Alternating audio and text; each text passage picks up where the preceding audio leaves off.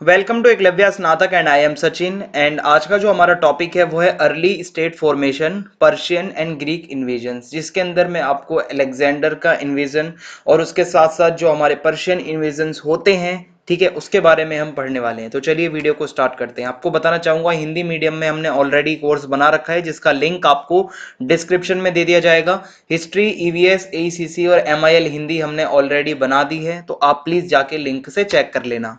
Syllabus की बात करें तो यूनिट 1, 2, 3, 4 कंप्लीट हो चुकी है। यूनिट 5 का आज लास्ट टॉपिक हम करेंगे। इसके बाद हम मौर्यन एम्पायर के बारे में स्टार्ट करेंगे अपनी नेक्स्ट वीडियो के अंदर। तो चलिए फिर शुरू करते हैं। इंस्टाग्राम पे आप मुझे फॉलो कर सकते हैं अगर आपकी कोई भी प्रॉब्लम हो। If you face any problem so you can contact. So my user name is in front of your screen now. if I talk about objectives of this lesson, so first of all हमें तो ये पता चलेगा कि जो मगध है उसका emergence जो हुआ था उसके रीजंस क्या थे, पॉलिटिकल एक्टिविटीज कैसी हो रही थी नॉर्थ इंडिया के अंदर, एंड ईरानियन और जो ग्रीक इन्वेजन्स होते हैं उसका इफेक्ट क्या हुआ, एंड उसके बाद जो अलेक्जेंडर का इन्वेजन था उसका इफेक्ट क्या हुआ। ठीक है, हम ये सब पढ़ने वाले हैं। तो फिर इंट्रोडक्शन के साथ हम शुरू करते हैं। So we have seen in the earlier lessons that the period of 6th century before common era to about 400 BCE was marked by far reaching changes in almost every aspect of life in India। Social aspect हो और political aspect हो, economical aspect हो, हर जगह changes आ रहे थे। Religious aspect हो, वहां भी चेंजेस आ रहे थे। ओके, और बहुत सारे स्टेट्स का फॉर्मेशन हो रहा था, सिटीज का फॉर्मेशन हो रहा था, एग्रीकल्चर का स्प्रेड हो रहा था और धीरे धीरे कल्चरल यूनिटी भी बढ़ती जा रही थी। दो जो मेजर रिलीजन्स थे, जैनिज्म और बुद्धिज्म, ये इनका राइज होने लगा था। बहुत ही अच्छा खासा इनका इन्फ्लुएंस हो गया था। ठीक है, द वर्णा सिस्टम जो कि बहुत ही ज्यादा डोमिनेंट हो चुका था इस टाइम तक। सोशल ऑर्गेनाइजेशन पूरी एकदम से डोमिनेंट थी। ठीक है, तो इस तरीके से है। चार ग्रेट स्टेट्स थे, मगध, वत्स, कौशल, अवंती। ठीक है, ये चार ग्रेट स्टेट्स थे। वैसे तो बहुत सारे थे लेकिन ये चार बहुत ज्यादा कह सकते हो ग्रेट थे, पावरफुल थे। अब है इन अवंती। अब मैं आपको एक एक करके इनके बारे में बता देता हूं। In Avanti we come across an outstanding ruler Pradyota. ठीक है, जो यहाँ पे जो रूलर था और he was very powerful king. Even Ajatashatru the ruler of Magadh was afraid of him. समझ रहे हो भाई। His daughter Vasavadatta was married to Udayan the ruler of Vatsa in the beginning of the 4th century BC। ठीक है, Shishunaga a ruler of Magadh destroyed the power of the rulers of Avanti. अब उदयन की अगर हम बात करें, ठीक है, जो कि वत्स का रूलर था, he married the daughters of the rulers of Magadh, Anga and Avanti, and thus increase his power. इस तरीके से इसने शादी करके भाई अपनी पावर्स को बढ़ाया। But his career was meteoric. ठीक है, meteoric. He left no worthy successor, कोई ऐसा सक्सेसर नहीं था इसका अच्छा खासा। In the end ruler of Avanti annexed Vatsa to his own kingdom. Okay, फिर है in the days of Lord Buddha, Prasenjit was the ruler of Koshal. He was a disciple of Lord Buddha, as is evident from a sculpture at Barhut। ऐसा पता चलता है कि वो एक disciple थे बुद्धा के। ठीक है, प्रसेनजीत जो कि कौशल के रूलर थे।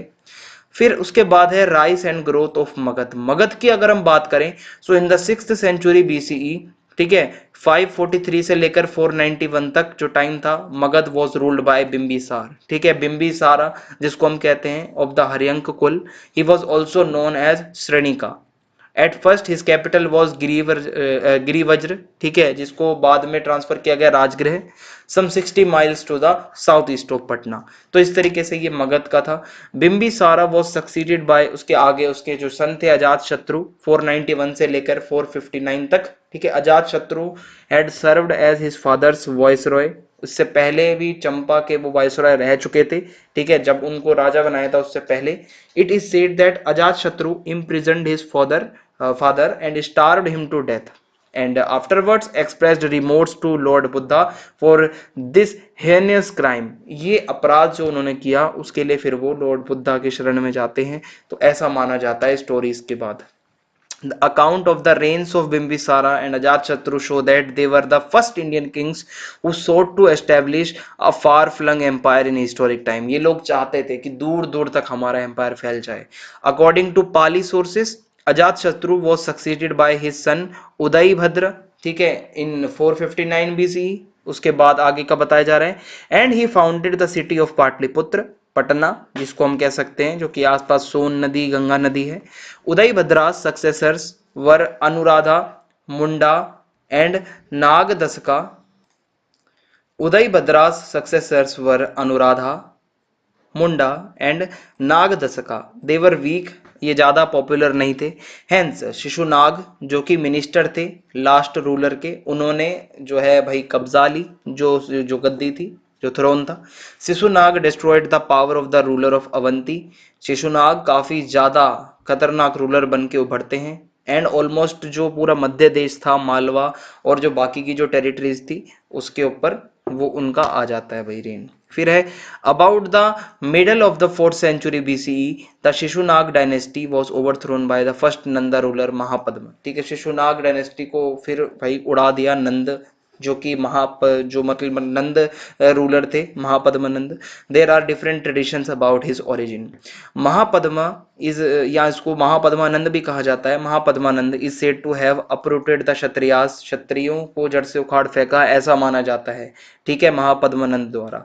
बाय डिफीटिंग द इक्ष्वाकुस, ठीक है, या फिर कुरुस, पांचालास, ठीक है, कशीस, शूरसेन्स, मैथिलास, कलिंगास, अश्मेकास, हायहायास, ठीक है, इन सभी को इन्होंने उखाड़ फेंका, ऐसा माना जाता है. There may be some exaggeration in this tall claim, हो सकता है बढ़ा चढ़ा के बताया गया हो, पर ये तो था कि इन्होंने ऑलमोस्ट मध्य देश, मालवा और ये सब जो था इस पे इन्होंने किया, ठीक है, अपना शासन. फिर है the 8 sons of Mahapadmananda are said to have ruled for 12 years in succession. ऐसा माना जाता है इनके 8 बेटों ने लगभग 12 साल तक राज किया. द लास्ट जो नंद रूलर थे, जो कि कहा जाता है धनानंद, जिनके बाद चंद्रगुप्त मौर्य आते हैं, आप सभी को पता ही होगी स्टोरी तो, ठीक है, जो पूरी चाणक्य वाली स्टोरी थी. So Alexander's departure Chandragupta Maurya took advantage of the situation. जब अलेक्जेंडर चला जाता है तो इसका एडवांटेज जो है चंद्रगुप्त मौर्य उठा के पावर जो थी नंदास की उसको डिस्ट्रॉय कर देता है मगध के अंदर. और इस तरीके से फिर मौर्यन जो हमारा एम्पायर है वो स्टार्ट है, जो कि मैं आपको अगले चैप्टर में पढ़ाने वाला हूँ. ठीक है, अब है factors which contributed to the rise of Magadha. ऐसा क्या था मगध के अंदर? सो देखो, there were number of factors. देखो, एक तो वहां की मोनार्की काफी ज्यादा पावरफुल थी, रूलर पावरफुल थे, काफी स्ट्रेटेजिक पोजीशन थी उनकी upper and lower parts of Gangetic plain के अंदर, ठीक है, जो कि काफी इंपॉर्टेंट सेंटर थे ट्रेड और कॉमर्स के. और यहाँ पे अगर हम देखें फॉरेस्ट रिसोर्सेस अच्छे खासे थे मगध के पास में, मेटल और जो प्रोस्पेरस एग्रीकल्चर था इनके यहाँ का. और यहीं पे जो माउंटेन फोर्ट भी थी, यानी कि जो नेचुरल प्रोटेक्शन हो जाती थी, स्ट्रॉन्ग आर्मी थी, ठीक है, सफिशिएंट सोर्सेज थे, हाथी वगैरह भी अच्छे खासे थे आर्मी में. तो इस तरीके से था. अब है Persian and Greek invasions. So in the 6th century before common era, unlike in northeast India where smaller principalities and republics merged with the Magadhan empire, there was no political unity in the northwest India. कोई भी unity नहीं थी north west India के अंदर. The area of north western India was fertile, काफी ज्यादा fertile area था पंजाब के आसपास का, सिंध का. Rich in natural resources, attracted the attention of its neighbours. पड़ोसी जो थे भाई, फिर उनका अटेंशन तो आएगा ही. And most probably persuaded the Persian emperors. ठीक है, पर्शियन जो एम्परर्स थे उनका बहुत ध्यान गया, जो कि वो चाहते थे कि नॉर्थ वेस्ट जो रीजन है इंडिया का, वहां पे वो उसको इन्वेड करें. अब है Persian occupation. So the Iranian ruler Darius penetrated into northwest India in 516 before common era. ठीक है, 516 BCE के अंदर वो आता है and annexed the Punjab, Punjab को कब्जे में ले लेता है, west of Indus and Sindh. ठीक है, Xerxes the son of Darius I and his successors seem to have maintained some control of the Indian provinces. उसके बाद जो उसका भाई बेटा था Xerxes, जो कि जो डेरियस फर्स्ट का बेटा था, वो और उसके सक्सेसर्स उन्होंने मेंटेन रखा control, which furnished continent to their army. It appears that India continued to be a part of the Iranian Empire till Alexander of Macedonia defeated Darius III. भाई जब तक अलेक्जेंडर ने, जो कि मैसेडोनिया का एक मतलब आप कह सकते हो वो वहीं का था, उसने जब तक डेरियस थर्ड को डिफीट नहीं किया तब तक इंडिया एक पार्ट था इरानियन एम्पायर का. The last Achaemenid emperor and proceeded to conquer the whole of his empire. ठीक है, फिर आगे है, ये आप फोटो देख सकते हो डेरियस की. फिर है द पर्शियन स्क्राइब्स. अब इसका इफेक्ट क्या होता है वो देख लीजिए. Persian scribes introduce into our new form of writing. एक नई स्क्रिप्ट आती है Kharosthi, which was made use of by Ashoka in some of his inscriptions, आपने ये नाम सुना होगा, नॉर्थ वेस्टर्न इंडिया से जो मिलते हैं। This script is derivative of the Aramaic alphabet which was extensively used in the Achaemenid Empire 558 to 338 BC। ठीक है, this script like the Arabic script is written from right to left, Arabic जैसा ही थोड़ा सा ये लगती है। The popularity of the Kharosthi did not extend beyond third century, ज्यादा पॉपुलर ये नहीं होती है स्क्रिप्ट, ठीक है, आगे जाके। फिर है अलेक्जेंडर्स इन्वेजन ऑफ इंडिया, जो कि सिकंदर था, अलेक्जेंडर था, किस तरीके से उसने इन्वेड किया इंडिया को, क्या सोचकर इन्वेड किया, किन चीजों का उसने फायदा उठाया। देखो तो Alexander's invasion of India, Macedonia का जो अलेक्जेंडर है, सो इन मतलब in 330 before common era, Alexander of Macedonia defeated Darius third. ठीक है, आपको पता है डेरियस थर्ड के टाइम तक इंडिया ईरानियन उसका पार्ट था, ठीक है, जो नॉर्थ वेस्ट प्रोविंस है। The last Persian emperor of Achaemenid, ठीक है, and set out to subdue the whole of the former Persian empire, ये पूरा तैयार था डेरियस और उसके एम्पायर को उखाड़ फेंकने के लिए। After a long campaign in Bactria, the region on the borders of the former Soviet Union and Afghanistan, watered by the river Oxus, Alexander crossed the Hindu Kush and occupied the district of Kabul। तो काबुल तक इसने भाई कब्जा कर लिया। At this time, the northwestern India was divided into a number of petty principalities। छोटे छोटे बहुत सारे principalities थी उस टाइम पे वहां पे। There existed no great power, कोई ऐसी बड़ी पावर नहीं थी जो कि अलेक्जेंडर को रोक सके। ठीक है, आपस में ही जेलिसीज थी उनके अंदर, तो ऐसा में तो भाई फायदा उठाएगा ही पड़ोसी। So these principalities had little tendency to unite even against the foreign enemy। कोई बाहर का एनिमी आ रहा है भाई, उसके खिलाफ भी ये लोग यूनाइट नहीं होते थे। Ambhi the ruler of Takshashila was at war with the Abhisaras and Porus. तो ये जो अम्बी था तक्षशिला का रूलर, ये भाई लड़ाई झगड़े में बिजी था पोरस के साथ। Porus and the Abhisaras were also enemies of the autonomous tribes like the Shudrakas, ठीक है, एंड द मालवास।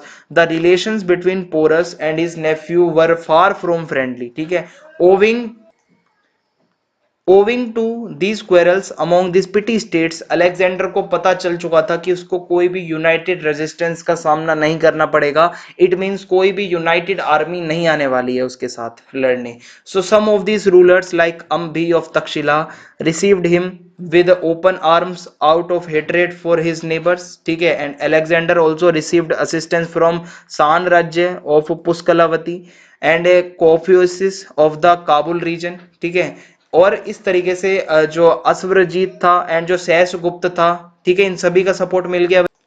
फिर है Porus the Malavas and the Shudrakas were no doubt defeated but Alexander's army met with stubborn resistance from them. The Malavas almost succeeded in killing Alexander. भाई देखो जो मालवास थे ना, वो बिल्कुल almost succeeded in killing Alexander, but ultimately क्या होता है, all this was of no avail. The disunited people could not long resist the united forces of the Greeks led by Alexander। ये जो लोग थे काफी ज्यादा डिसयूनाइटेड थे, एकता नहीं थी, लेकिन अलेक्जेंडर की जो फोर्सेस थी वो यूनाइटेड फोर्सेस थी, तो ज्यादा देर तक उसको वो नहीं सामना कर पाए। So one of the greatest generals of ancient Europe, ठीक है, Alexander had succeeded in conquering the old Persian provinces of the Gandhara and north western India. North west India पे उसने कॉन्कर कर लिया, गांधार का जो रीजन था उसको कॉन्कर कर लिया। अब क्या होता है, but was unable to defeat the powerful Nanda king of Magadha. लेकिन जो मगध के अंदर जो नंदा किंग्स थे उनको वो नहीं डिफीट कर पाता।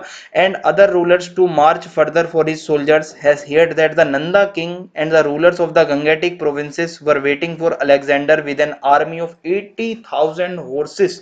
उसको पता चलता है कि जो गंगेटिक प्रोविंसेस के वहां पे जो लोग हैं वो 80,000 हॉर्सेस की आर्मी के साथ अलेक्जेंडर का वेट कर रहे हैं। ठीक है, आपको समझ में आ रहा है, लगभग आप अगर देखोगे तो 2 लाख जो उनके पास हैं सोल्जर्स हैं, 8,000 चैरियट्स हैं, 6,000 फाइटिंग एलिफेंट्स हैं। तो ये सब सुन के ही उसको भाई बहुत कुछ हो गया था। The stout resistance put up by the Brahmans of the Punjab and the cities of Malavas was indeed the beginning of the reaction that was soon to wipe out all traces of Alexander from India. नामो निशान मिटने वाला था Alexander का, जब हर तरीके से अब चारों तरफ से रिएक्शन आने लगा। So Alexander's efforts to persuade his mercenaries to proceed further were of no avail, वो नहीं आगे बढ़ पाता, and his soldiers having refuse to advance beyond the rivers Beas, तो उसके सोल्जर्स ने भी रिफ्यूज कर दिया था, रिवर ब्यास के आगे नहीं जाने हम भाई।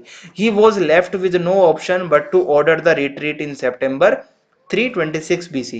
So thus he failed to achieve his strongly held aim of planting the Hellenic standard in the eastern ends of India, जो उसका सपना था वहां तक जाने का, वो तो नहीं हो पाता पूरा। So Alexander himself died in June 323 before Common Era in Babylon, Babylon में इसकी डेथ हो जाती है। एंड उसका जो ड्रीम था ऑफ अ वर्ल्ड एम्पायर, विश्व विजेता बनने का, वो एक तरीके से खत्म हो जाता है। ठीक है, इस तरीके से ये पूरा था अलेक्जेंडर का। अब इसका इफेक्ट देख लो, ये इंपॉर्टेंट है। So the consequences of Alexander's invasion of India have been exaggerated out of all proportion by some foreign writers। ठीक है, कुछ फॉरेन राइटर्स ने काफी बढ़ा चढ़ा के लिखा है अलेक्जेंडर के इन्वेजन को। E.J. Raphson and Vincent A Smith regard this invasion an important and successful landmark in the history of India। ठीक है, वो बताते हैं कि हिस्ट्री ऑफ इंडिया के अंदर काफी ज्यादा ये इंपॉर्टेंस रखता है। वहीं according to Radha Kumud Mukherjee, it can not be called a singular victory of Alexander. वो कहते हैं अलेक्जेंडर की अकेले की विक्ट्री नहीं थी, अलेक्जेंडर ने बहुत सारे लोगों को अपने साथ लिया था, बहुत सारे गवर्नर्स को उसने पोस्टिंग पे लगाया था अलग अलग जगह पर, और कुछ कुछ जगह ऐसी भी थी जहां उसने इंडियंस को भी अपॉइंट किया था, जैसे कि king of Takshashila, Abhisara and Porus to rule over his conquered territories. तो we can not say that कि ये उसकी अलेक्जेंडर की सिंगुलर विक्ट्री थी, तो ऐसा इंडियन राइटर्स बताते हैं। तो फॉरेन राइटर्स कुछ अलग बढ़ा चढ़ा के बताते हैं। ओके, सो अलेक्जेंडर ने ऐसा कुछ एस्टेब्लिशमेंट किया कि Alexander established in India several Greek settlements, some of which may have survived till the time of Ashoka and even later. So this promoted an exchange of ideas between Indian and Bactrian Greeks। तो कुछ ऐसी settlements थी जो कि इसने establish की थी, जो कि अशोक के टाइम तक रहती है, जिससे जो इंडियंस ने उनके साथ कुछ बातें वगैरह भी करी लोगों के साथ। So Greek influence can be seen on Buddhist religion and on art. तो ये ग्रीक जो अभी भी इन्फ्लुएंस है वो देखने को मिलता है। कंक्लूजन की अगर अब हम बात करें, सो यहीं से आपको समझ आ जाएगा कि आगे मौर्यन एम्पायर कैसे आता है। So an immediate effect of Alexander's invasion was the destruction और weakening of tribes of India. जो इंडियन ट्राइब्स थी, जो कि छोटे छोटे जो प्रिंसिपैलिटीज थी, वो धीरे धीरे अब खत्म होने लगी, जिसका फायदा मिला चंद्रगुप्त मौर्य को कि अपना एक बहुत बड़ा एम्पायर वो फैला पाए। सो thus the process of political unification of northern India under one government was unleashed। अब धीरे धीरे ये एक गवर्नमेंट का जो पूरा पॉलिटिकल यूनिफिकेशन होना था ये होने लगा। मौर्यन एम्पायर जो है हमारा आता है, वो फिर इतनी दूर दूर तक फैलता है कि आप सोच भी नहीं सकते हो। ठीक है, तो वो मैं आपको नेक्स्ट चैप्टर में पढ़ाऊंगा। सो आज की इस वीडियो में इतना ही था। चैनल को सब्सक्राइब करना ना भूलें, कमेंट करके जरूर बताएं वीडियो कैसी लगी, ज्यादा से ज्यादा वीडियो को शेयर कर दें। जय हिंद, जय भारत, बहुत बहुत धन्यवाद।